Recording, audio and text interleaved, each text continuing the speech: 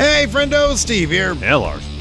And welcome back to Going In Raw, the only pro wrestling podcast you need to be listening to right here at youtube.com/Steve and Larson. Available wherever podcasts can be found, and of course, taped live at the Twitch at twitch.tv/Steve and Larson. All the Cody to WWE news can be found on today's earlier episode that we did, and of course on yesterday's episode. Yes. But today we just get to talk about AEW, at least I think we just talk about AEW Dynamite. I haven't pulled up your notes yet. No news. I looked before we started, and it seems like there's plenty of Cody stuff earlier in the day that we got in our. I hesitate to even call it the NXT review anymore because the NXT review is just a small part of the early Wednesday episode. Well, it's developmental. They'll get there maybe one day. Whereas this episode here is dedicated entirely to tonight's Dynamite. There's a couple passing mentions of Cody. Apparently, they took out that middle elevator bit, which I didn't really notice during the show. Otherwise, no mentions of Cody during the show. Max Caster didn't mention him during his rap before his match. Well, there was just the two, two passing mentions. Yeah. But no, direct. Nope. Commentary. I was best of luck to him. Yeah. Nothing. Yeah, I was kind of surprised. It makes me think that it's gonna. Let me ask you this: I know we're sort of obsessing about silly stuff, but it's the thing that everybody's talking about right now. So indulge us a little bit. Okay. Was there a directive like, hey, we're not going to shy away because he is part of our history, but also we're going to take his, sort of entrance thing from the middle out. Mm-hmm. And he's not in the show intro. Yeah. The show intro. Yeah, he's not in there anymore. So we're moving on, but we're not going to, because WWE, sometimes when they move on, they'll not even reference, not even mention. If there's an obvious, there have been video packages, recap packages, where they'll block people out. Yes. Whenever this past year, they that talked was about aggressive. Yeah, I had a point to make. Whenever this year, by the numbers for the Royal Rumble, so they didn't mention, as I think still having the longest run in any Royal Rumble, Daniel Bryan in the greatest Royal Rumble was in that match for an hour and 15 minutes. Exactly, yeah. Because of that, and I think Braun winning, I think they've sort of retconned that as not canon anymore. It's it's pretty much a house show in their eyes now. So there's your Cody update on AEW. They took out his sort of, because in the middle they have the big, there's the tunnel. He elevates, he raises, and he comes out. The thing in the middle. And then I looked back, I was like, wait a second. As I look back at the MJF entrance, and it's just empty. It wasn't there. It's just nothing. It wasn't there. It seemed like this episode is when AEW really started to focus in on what they're doing for Revolution. Yeah. Last week we had Keith Lee qualify for the Face Revolution ladder match. We had another one of those matches tonight. Punk challenged MJF to their next match happening at Revolution. Seems pretty clear. We're getting Cole versus Hangman at Revolution. We're getting not one, but two tag team battle royals coming up next week to find who the next two opponents are going to be for Jurassic Express at Revolution. And it also seems like we're for sure getting Britt Baker versus Thunder Rosa at Revolution. Did you also... And probably also Eddie Kingston versus Chris Jericho. Did you mention... Maybe you didn't. I wasn't paying attention. I want to do this now. Yes, Steve. Sammy Guevara versus Andrade. I did not mention that. Thank you for reminding me. For the TNT title. I think you'd think that unless it's going to be on Rampage, and I didn't pay attention. No, that seems like the full card right there, or close to it. That's probably I think we got the whole card there. 7 matches we just named. All right, time for confidence points here. So it seemed like it took him a while. Oh, Mox versus Danielson will happen at Revolution too. Hey, let's talk about that really quick. Sure. I really love that they're totally going to be a team, but they're going to fight first. I think that's great.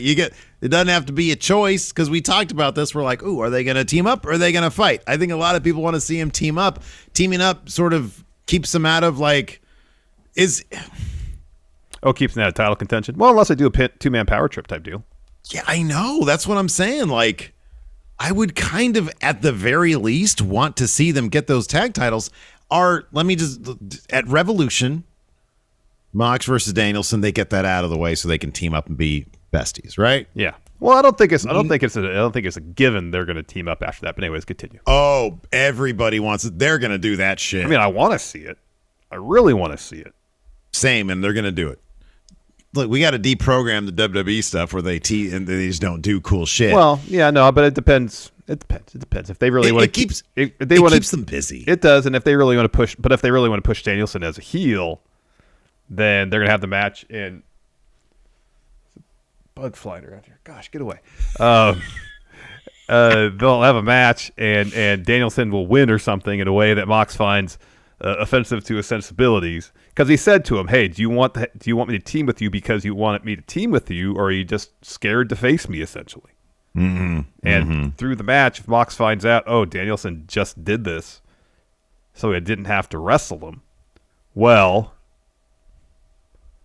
I'm not going to join him then. Okay, but I think my personal book in here, I think they're going to beat the shit out of each other. They're both going to be bloody messes, and they're going to team up because it does accomplish a couple things. It keeps them out of the world title scene, which naturally, I know Brian already had his thing, but like Mox has no reason not to be in the title scene except for maybe he hasn't had a lot of matches. He has actually had a bunch of matches to come back. But it keeps them out of the world title scene. It gives them a lot of stuff to do away from titles, and possibly if Jurassic Express takes on both, because it's a triple threat at Revolution, and they already teased the Young Bucks and Red Dragon are be in separate battle royals. They're going to be in the match again in the triple threat, and then they'll cancel each other out. Jurassic Express wins, but then they lose afterwards to Mox and Danielson. Yes, Larson, you have your hand up. Redragon, not Red Dragon. Just want to correct you there. That's what you put your hand up for? Yeah, it's very important. It's not Gunther. It's Walter. It's not Red Dragon. It's Redragon. We got these things right, Steve. People want to take us seriously as the pro wrestling podcast they need to be listening to. We need to hold ourselves up to some standards here, I think. What standards have we ever Walter, had? Redragon. Gunther. Walter. Yes, we call them Redragon here. Anyways, but okay, so Redragon and the Young Bucks and Jurassic Express. Yeah, the Young Bucks and Redragon perhaps cancel each other out. Jurassic Express take advantage of that. Yeah, and either go on to face either, say, Mox or Danielson, or come March 10th. Well, I can't use that. And there's still Santana Ortiz out there. They need like you know what they need? Trios. I was going to say a mid-card version of the tag titles. U.S. tag titles? Yeah. Yeah, North American to the TNT tag title. What's another Turner Network? TCM, Turner Classic Movies. That's good. I like that. That's good. Turner Classic Movies. True TV, is that on Turner? There we go. The True titles. There we go. Good. There we go. That's good. I like it. Well done. That'd be good. Well done, That'd be good. everybody. Hey, let's just jump right into it. Yeah. CM Punk opens the show. He's sitting in the middle of the ring. He's got a little box in front of him. He's got some custom Nikes on. And he says, if you don't know by now, you should. My name is CM Punk. And what I am is straight edge. I'm drug-free and alcohol-free, and that means I'm better than you. Does that sound familiar? Those words I spoke over 20 years ago, and they became the foundation of my career, and I can sit here with pride knowing that I inspired the next generation of wrestling. Some of them in this locker room here became wrestlers, and even straight edge like me. Then there's MJF. He tries to walk and talk like me, but he can never think like me. But when he beat me in my hometown, twice, you would think I'd be furious, but to tell you the truth, Max, I'm proud of you. Where you stray from the path is you fail to remember the lessons you were being taught. He says, you try to be Piper in Portland, you try to be me in Chicago, but he's still just shitty Max from shitty Long Island. He says he always uses that ring to win, a ring he won due to help from other people. He mentions that thanks to Mox, now I get to pick the time, place, and match stipulation. And Punk says it's going to happen. Revolution in Orlando, which leaves me to decide which match is going to be. And he says, I started thinking about the toughest matches of my career, and I started to think of the situation I'm in. Max, you put me in a cage. But I thought, Wardlow can climb into a cage. Max can still run from a cage and run from the lessons he needs to be taught. So he says, I go back to other matches I've had. I've won more cage matches than I lost, but then I went back and looked at matches through my career that taught me the most lessons. So he talks about, he keeps on bringing up Piper and Portland. You can tell where this is going. And MJF, he says, MJF, he'll have to be tethered to me. And he challenges him to a dog collar match. He takes the dog collar with the chain out of this box. And he says, Max, I know you're pissing your pants backstage right now because no one wants to be in a dog collar match. They take years off your life. They take years off your career. But Max, come out here. There's something I need to tell you, and you need to hear it from me. And so then MJF comes out to the stage, and he doesn't say anything because he's like freaked out. Yes. And Punk says, I want you to take it all in, and I'm going to leave you with this picture right here. He gets out a picture, a physical picture of, he doesn't put it up on the Tron, he's a little picture, and it's that picture of CM Punk back in the day and little tiny MJF as a child. Yeah, like a meet and greet with something, yeah. Big old with a meet and greet, big old geeky smile on his face. And he says, you see this, Max? Possibly the greatest day of your life. For me, it was just Friday. He says, Revolution is going to be the worst day of your life, but to me, it's just going to be Sunday. The price you paid to get this picture taken with me is going to pale in comparison to the price you'll pay at Revolution. He says, the mat I'm sitting on isn't going to be stained in your shitty spray tan. It's going to be stained with your blood. And then MJF just and then drops the mic and then walks backstage. Yeah, just leaves. We get a Danielson Mox video package. More on that later after Danielson's great match against Lee Moriarty. Oh, man, fantastic. That was so good. We got a Jurassic Express interview. This is when it's announced by Shivani there's a triple threat at Revolution with the 2 battle royals to determine the competitors or the challengers. And Jungle Boy says, I love a good 3-way. And Luchasaurus like grunts at him. And then Jungle Boy says, tag match. And he says, I'm also no stranger to winning a battle royal, but slaps Christian on his back. Because he eliminated Christian from that battle royal. Christian says there's going to be some changes in the tag division, but after Revolution, one thing remained the same: Jurassic Express will still be your tag champions. Yep.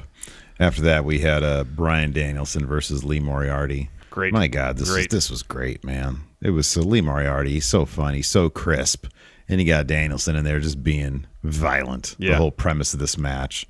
Oh, it was terrific. It was great because several times when Danielson had Moriarty against the ropes for a break or something, he just slapped the shit out of him.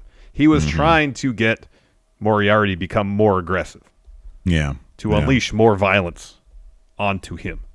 I absolutely adore, though, Danielson's, because he's done this multiple times now, where he basically finishes a guy. But then, anyways, he just puts him for no reason whatsoever.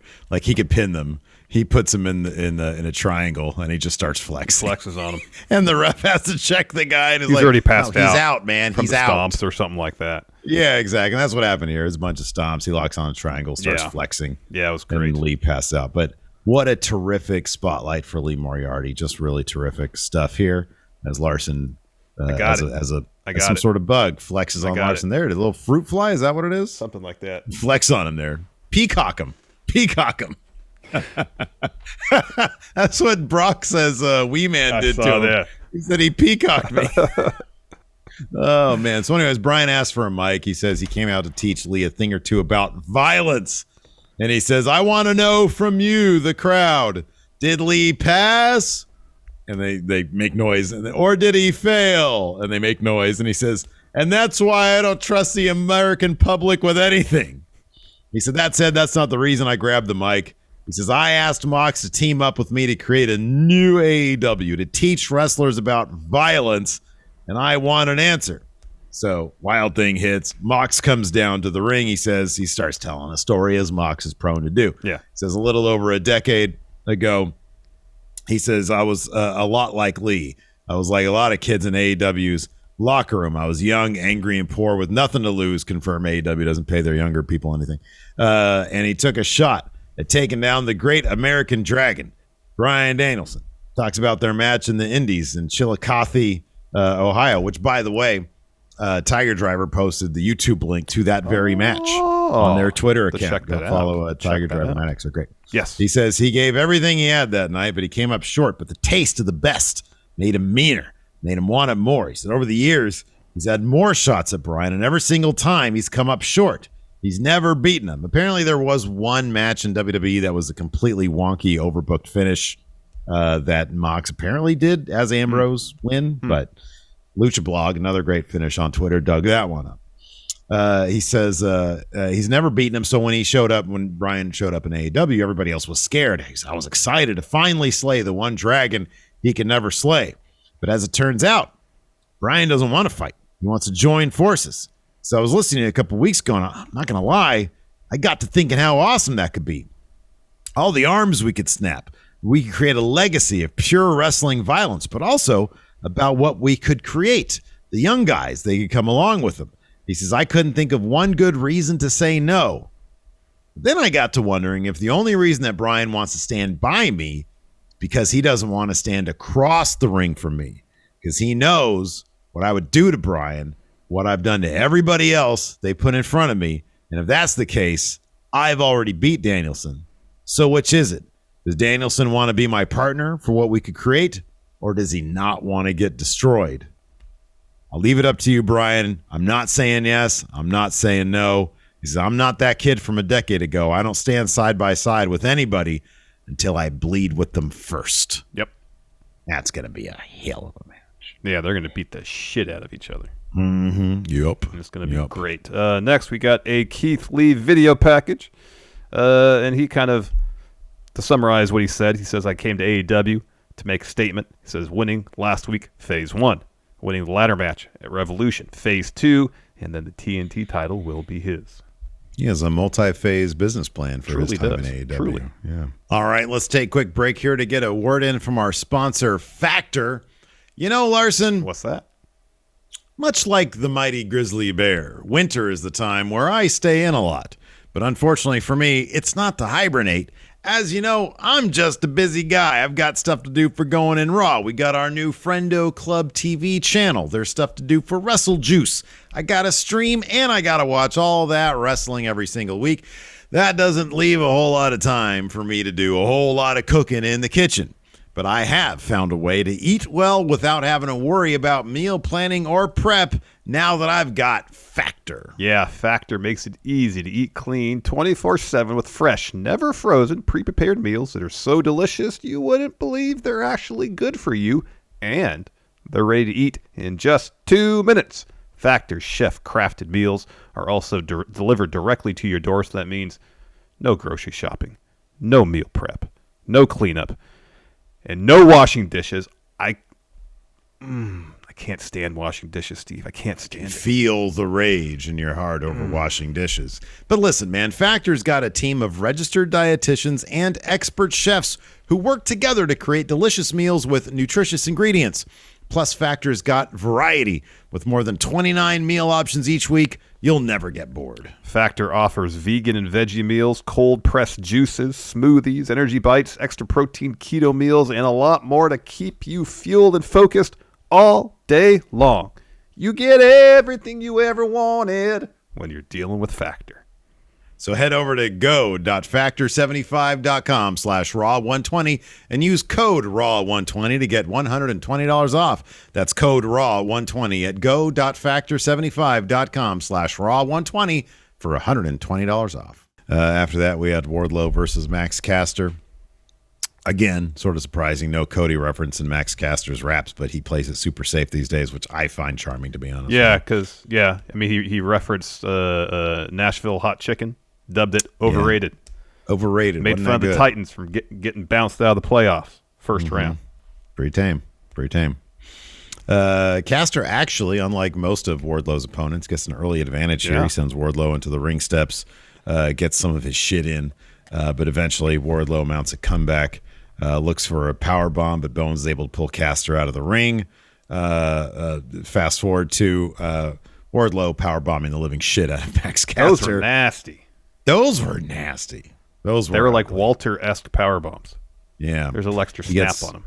Yeah, he gets the win, and then as he's peacocking the people, Bowens comes up from behind, tries to attack, or he does attack him, and Spears is just like not even paying attention, clapping.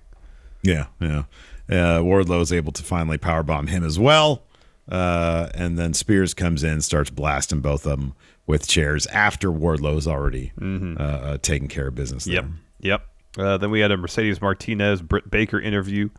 Mercedes says, tonight, no DQ, no rules, no excuses. And Britt says, yeah, and also, no losing. Finish the job. Finish Thunder Rosa. Then it's undeniable. I'll be the most powerful woman in wrestling with the best squad and the best sensei. And then who steps in? John Kreese from Karate Kid. Yeah. And Mercedes says, I know my job. It's time to murder a bitch. She leaves.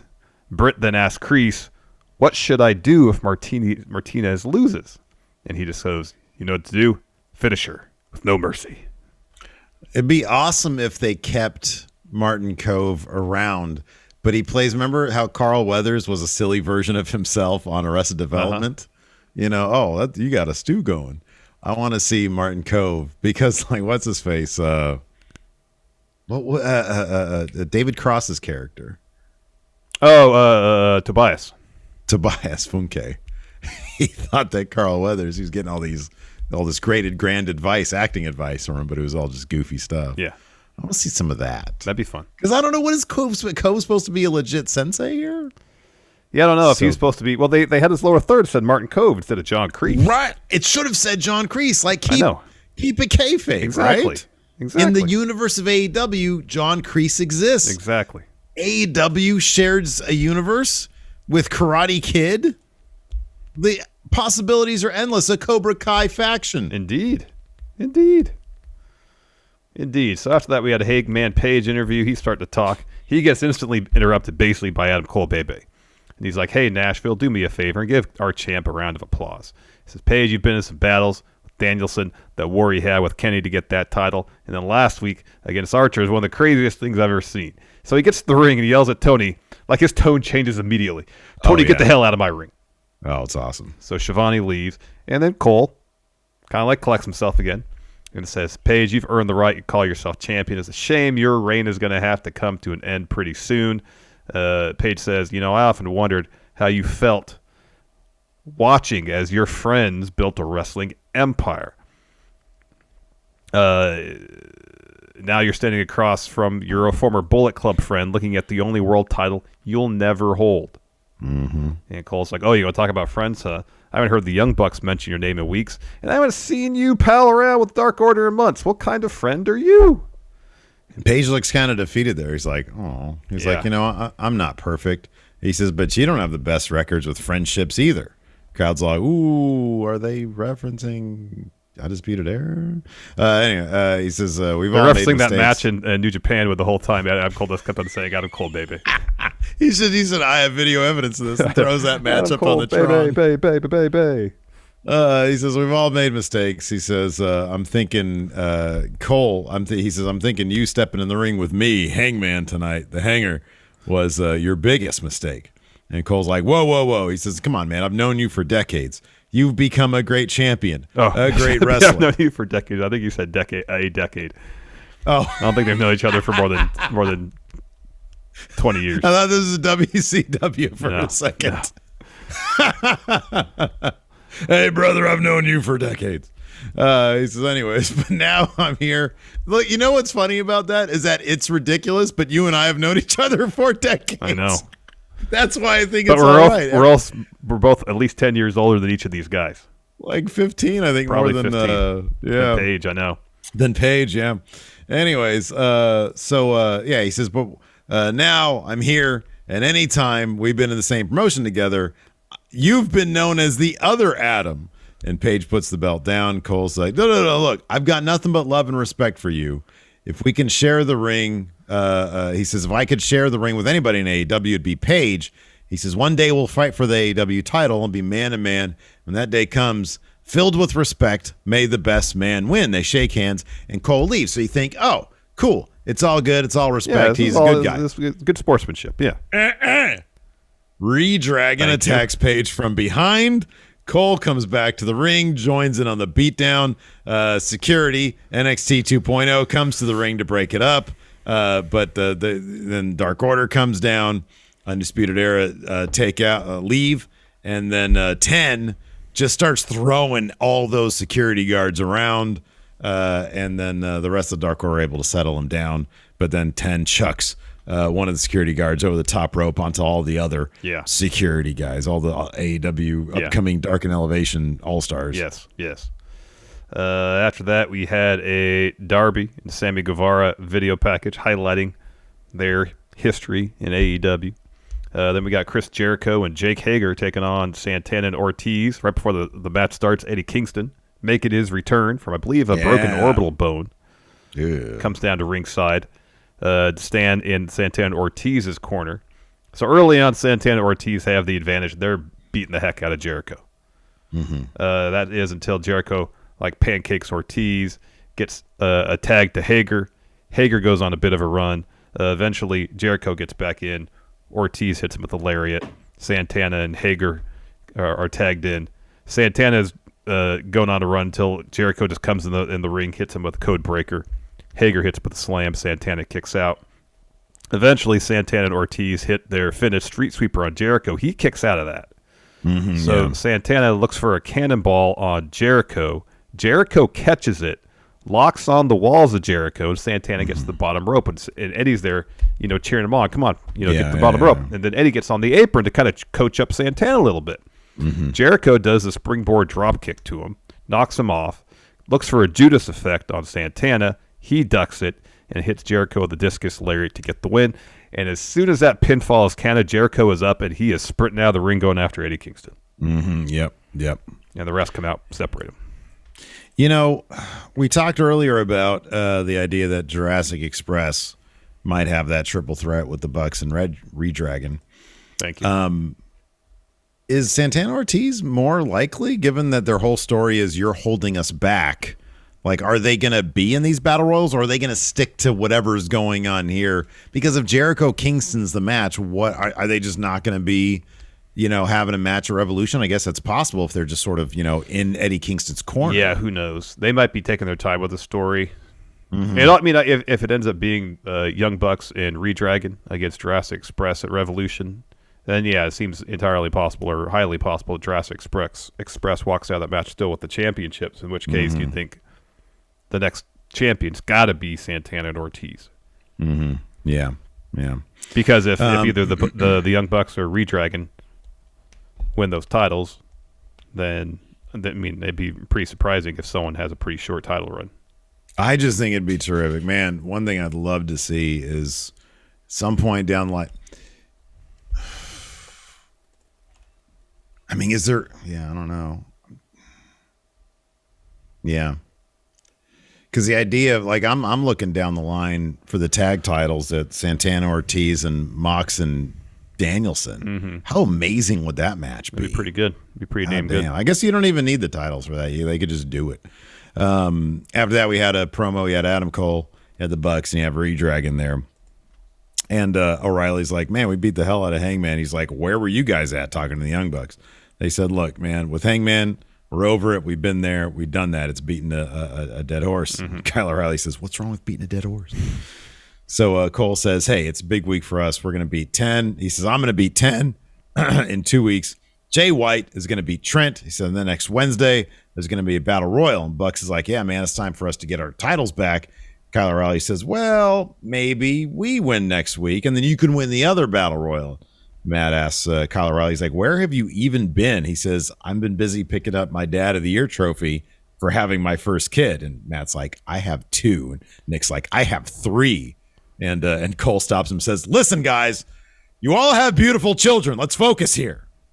He says, our faction's also beautiful, and it can't be stopped. We got to get on the same page. And then the Bucks go one way, Redragon goes the other way, and Cole's just stuck there. And Cutler says, which way are you going to go, Adam? Shut up, Brandon. Cutler. Shut up, Brandon. It's great. Yeah, good stats. It's pretty good. It was pretty good. After that, we got no DQ. Mercedes Martinez versus Thunder Rosa. Oof, this is rough. This was rough. Thunder Rosa with the awesome Game of Death inspired gear. Kill Bill. Kill People are Bill. going to say Kill. It's Kill Bill. Kill Bill was inspired by Game of Death, so I think it's Kill Bill. Mercedes Martinez comes out with that lead pipe she has. Thunder Rosa walks out with a chair. First thing she does is knock the pipe out of Mercedes' hand with the chair. Early on, Rosa sends Mercedes, I don't know if it was supposed to be into the barricade, but ended up being through the barricade. That piece of barricade just fell over. They brawl up through the crowd. Thunder Rosa hits a crossbody off a guardrail, and then eventually Mercedes suplex Rosa on that fallen piece of guardrail. Finish saw Mercedes stack up some chairs in the middle of the ring. Looks for a powerbomb. Thunder Rosa escapes, hits a crucifix bomb, and then her finish, the Fire Thunder Driver on that pile of chairs to get the win. And so afterwards, good sign of sportsmanship, Thunder Rosa helps up Mercedes. And then Britt, Rebel, and Jamie Hayter walk to the ring. And Britt walks up to Kreese and says... He's sitting ringside. Yeah. He says, what do I do? She says, what do I do now? And he tells Britt to finish her. So she gives the Undertaker sign. Yeah. He says, what he should have said was, this is what you do, Britt. You go back to catering. You find yourself a bone. You take it home. You got a stew. So anyways, Jamie and Rebel lay out Thunder Rosa from behind. Britt gets the pipe, gets in the ring. She waves Mercedes over and hands her the pipe as if to say, hit Thunder Rosa with it. Mercedes hesitates. Sweep the leg. And then Jamie attacks Mercedes. Put her in a body bag, Johnny. There you go. You're getting all the Karate Kid references in there, aren't you? Okay, this confused me. We got to back up here a second. Our good friendo here in the chat, Dark Dank Lucha, earlier had a chat. I'm going to call him out real quick. All right. He says, I can't front. Karate Kid was a bit before my time, so I did not know who that Cobra Kai guy was. If it was me, bring me Jean-Claude Van Damme from Bloodsport, then we're talking. Bloodsport only came out 4 years after Karate Kid. And also, Jean-Claude Van Damme was the hero, the protagonist of that film. Kreese is the villain. He was the good guy, and Kreese was the bad guy. How is it you didn't know about Karate Kid, but you did know about Bloodsport? Your parents were like, no, we're not going to rent Karate Kid tonight. Instead, we're going to show you Bloodsport.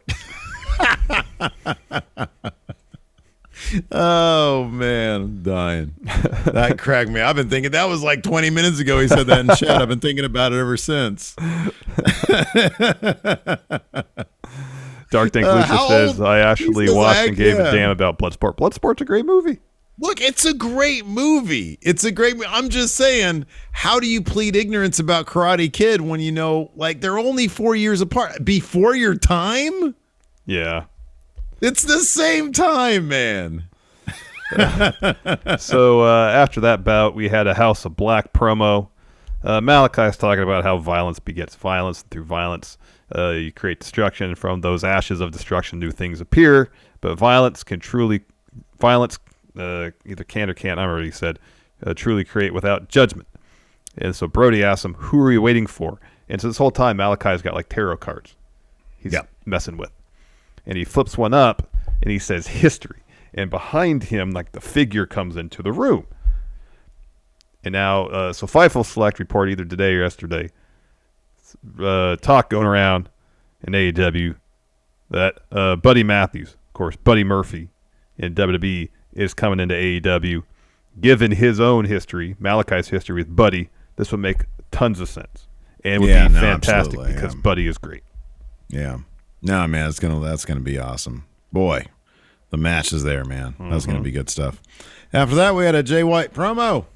Everybody's talking about me. He says, the leap in logic here is astounding. The mental gymnastics that Jay White, knife pervert's going through here. He says, if I hadn't beaten Kenny for the U.S. title in New Japan, maybe Kenny would have stayed in New Japan and AEW never would have been formed.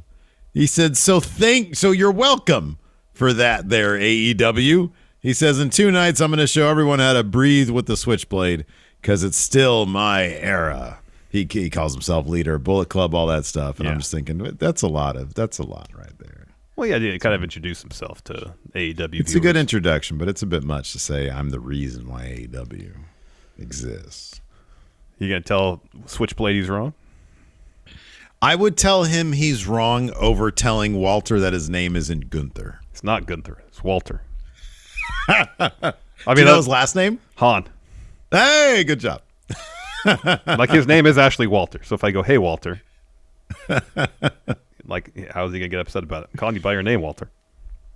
Walter. Yeah, but in kayfabe is the point. Walter. In kayfabe is the point. Still Walter. I'll take a Sister Abigail over a chop. So we got our main event, Darby Allin versus Sammy Guevara. Again, sign of sportsmanship before this bout. They shook hands. Sign of respect. These two guys have beaten the hell out of each other before, taken some crazy risks, done some crazy spots. They kind of dialed back the craziness, save for one spot. The beginning of this match was actually fairly technical. Eventually, though, Sammy drops Darby with the top turnbuckle. He tumbles to the floor. He hits him with the swanton while draping over the top rope.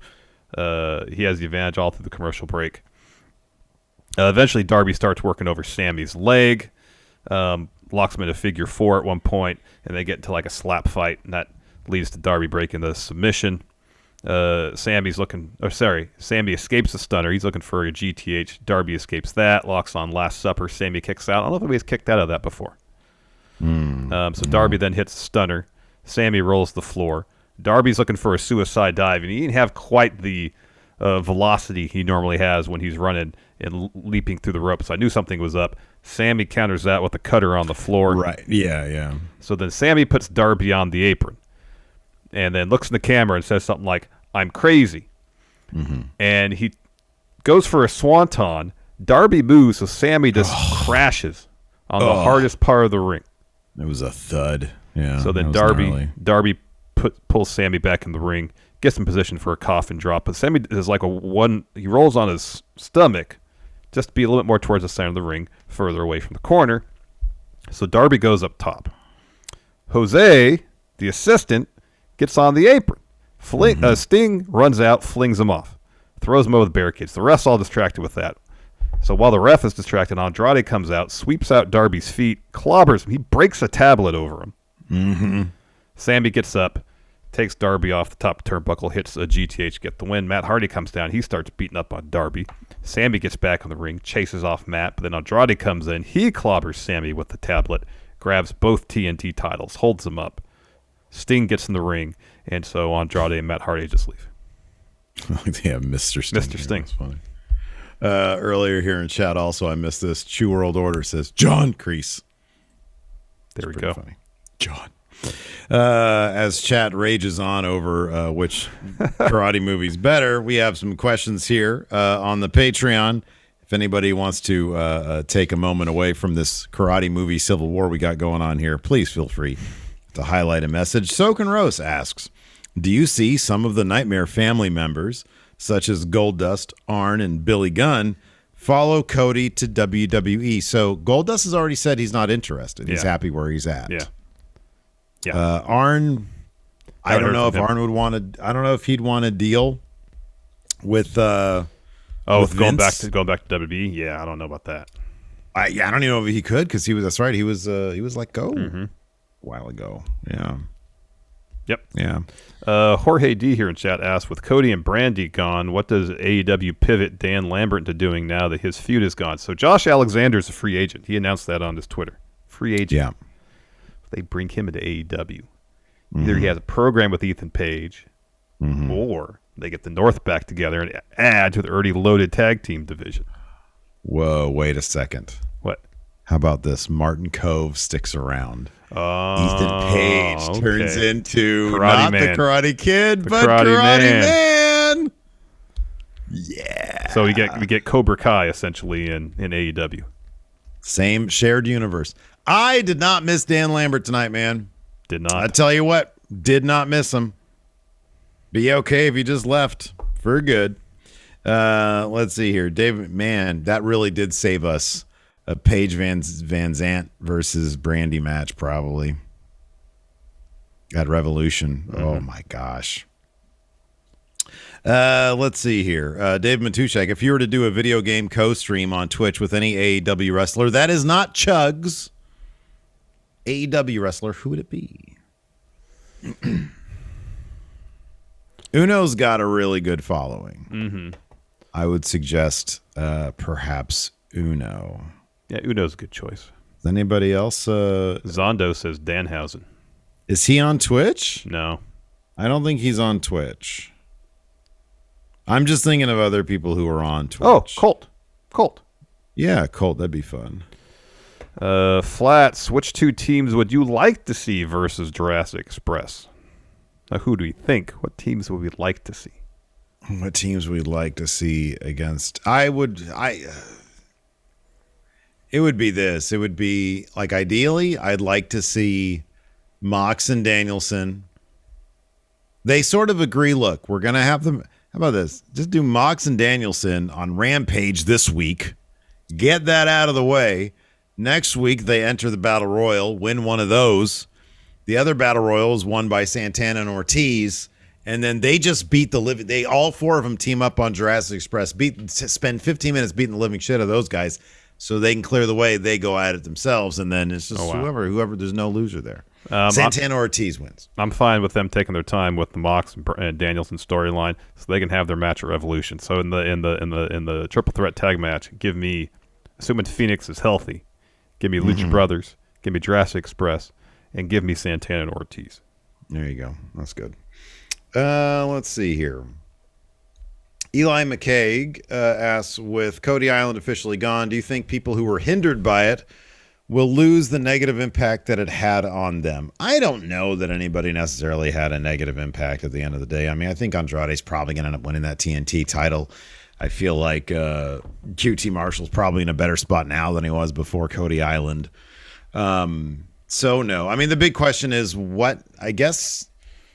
I mean, QT has his own thing. Dustin's doing, I don't know. Arn is sort of the big question mark. But like you said, I think Arn going with Tully and FTR, I think that's a great idea. That could be fun. That'd be a lot of fun. A lot of fun. Mm-hmm. Let's see here. Zondo says, now I'm all in on this book of John Kreese faction in AEW. So we got Ethan Page, Karate Man, Josh Alexander, bring the North back together. There you go.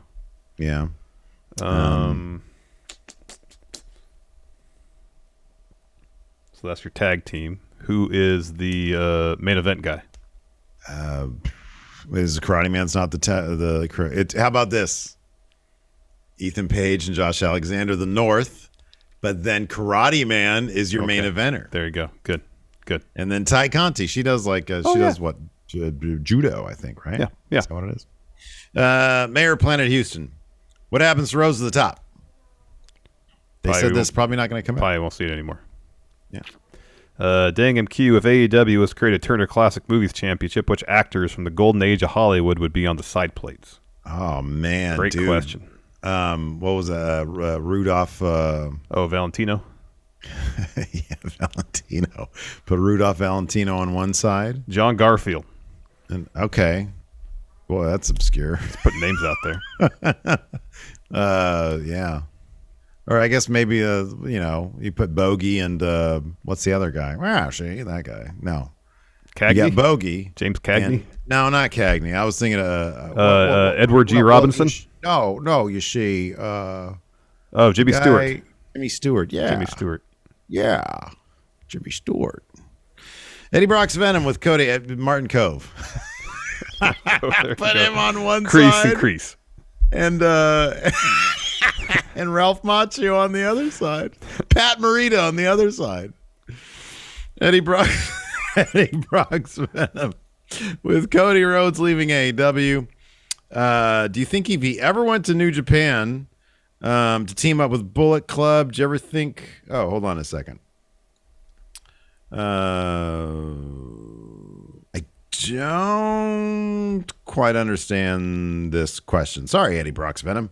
All Elite Gunther says, with the comments you mentioned earlier today about how Tony Khan is booking and how he saw bigger names like Punk and Danielson being bigger than Cody, who do you think he's got planned to be the next couple of AEW champions? Great question, Larson. Book the next 4 AEW World Champions. So Paige has it now. Something tells me that it seems too early for Paige to drop this title. So I feel like the Young Bucks are going to cost Adam Cole the AEW Championship at Revolution. I feel like you're right about that. It is too early. So I could see MJF getting it before the end of the year, whether that's all in or full gear. Mm-hmm. MJF will get the title. He's next. Mm-hmm. After that, it feels pretty wide open because you got Cole, you got Danielson, you got Mox, you got Keith Lee. You sort of have Wardlow as kind of like a... Yeah. If they did Wardlow right, he could be world champion material by the time MJF is ready to drop that title. Mm-hmm. I really believe that. Mm-hmm. Yeah, I don't know. I feel like it's. But you also you don't want to wait too long to put that belt in Adam Cole either. Here's what I think is. This is what I'm cheating. I'll cheat a little bit. Here's what I think it's going to be. MJF, but then Hangman gets it back. All right. They need to do something where somebody just gets the damn thing back. Yeah. Like MJF has it for a summer. So like next summer he has it. He wins it at maybe Revolution next year. Okay. Maybe Hangman carries all the way there. And then he drops it to Page, but then Page loses it at like, I don't know. He gets it at All Out. And then maybe I don't know. And then Adam Cole. Mm-hmm. Whatever they do. It's MJF, then Hangman, then Cole, and then like, I don't know, CM Punk or something. Okay. Oh, Evolution has a good idea. So many great names there. Says Jade Cargill mentioned that she should take over the Cody Vader, but I think it should be used for all the champions. That is a great idea. Oh, what a great idea. The champions entrance. What a great idea. That's a really good idea. Yeah, that's good. Let's see here. Okay, so Eddie Bruxman, I'm sorry. I read this question again. If Cody had never joined Bullet Club, would there be an AEW?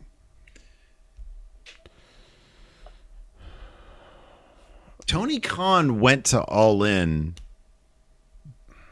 but he also like went to those New Japan shows in Long Beach, didn't he? Yeah, I get the feeling he probably would have approached the Bucks and Kenny and said, "Hey, do you guys want to start a company with me?" But if Cody had never started or joined Bullet Club, would he have responded to Meltzer's tweet about Ring of Honor not be able to draw a 10,000? Fill a 10,000 seat arena, and All In would have been born, because that was Cody. Cody started that whole thing. I agree 100%. But New Japan was still doing their westward expansion. And at that same show you and I were at, Tony Khan was at. Now, I think at All In, I think is when he actually talked to them. But maybe there wouldn't have been anything stopping him from talking to the Young Bucks and Kenny Omega anyways and saying, "Hey, I think we can really do something here." Obviously, we'll never know. But if Tony Khan was able to convince the Young Bucks, and we have no idea how integral Cody was in terms of getting the Young Bucks and Kenny on board, I don't know. Maybe not. I honestly don't know. I read this too. Joe Juarez says, I think it's from the Young Bucks book. Says, I remember the Bucks said that Cody was the last one they could convince to be a part of AEW. Apparently, he was waffling back and forth on doing it. Really? Apparently, someone put that excerpt from the Young Bucks book on Twitter. Oh, that was in the Young Bucks book? Okay. Okay. Well, there you go. Or maybe Tony saw All In and that gave him the idea to be like, oh man, I mean, I'm sure probably. Well, apparently that Tony saw the Jericho Omega match at Wrestle Kingdom a few years back, and that's when he had the idea. Oh, really? Okay. Yeah. Kind of feel like Cody had nothing to do with AEW then. Well, it was a response to Meltzer's tweet. That's his contribution. Yeah. Steve Klain asks, I was joking. I have no idea, but I kind of want to read that stuff now. Steve Klain says, who should Arn mentor next? FTR. He should mentor Tully Blanchard, who should then mentor FTR.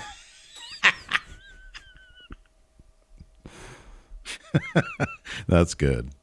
Let's see here. Moses opposes. Who in Britt's stable besides Britt holds gold first? Well, I feel it's Jamie Hayter. It's got to be Jamie. Rebel's not going to hold and gold. Mercedes not part of the faction, especially not now. It's not part of the faction, so it's got to be at this point Jamie Hayter. Mountain Bike Jesus. We talked about this in the pre-show. He says, "What's up with people still having offensive, hurtful, rude signs in the crowd?"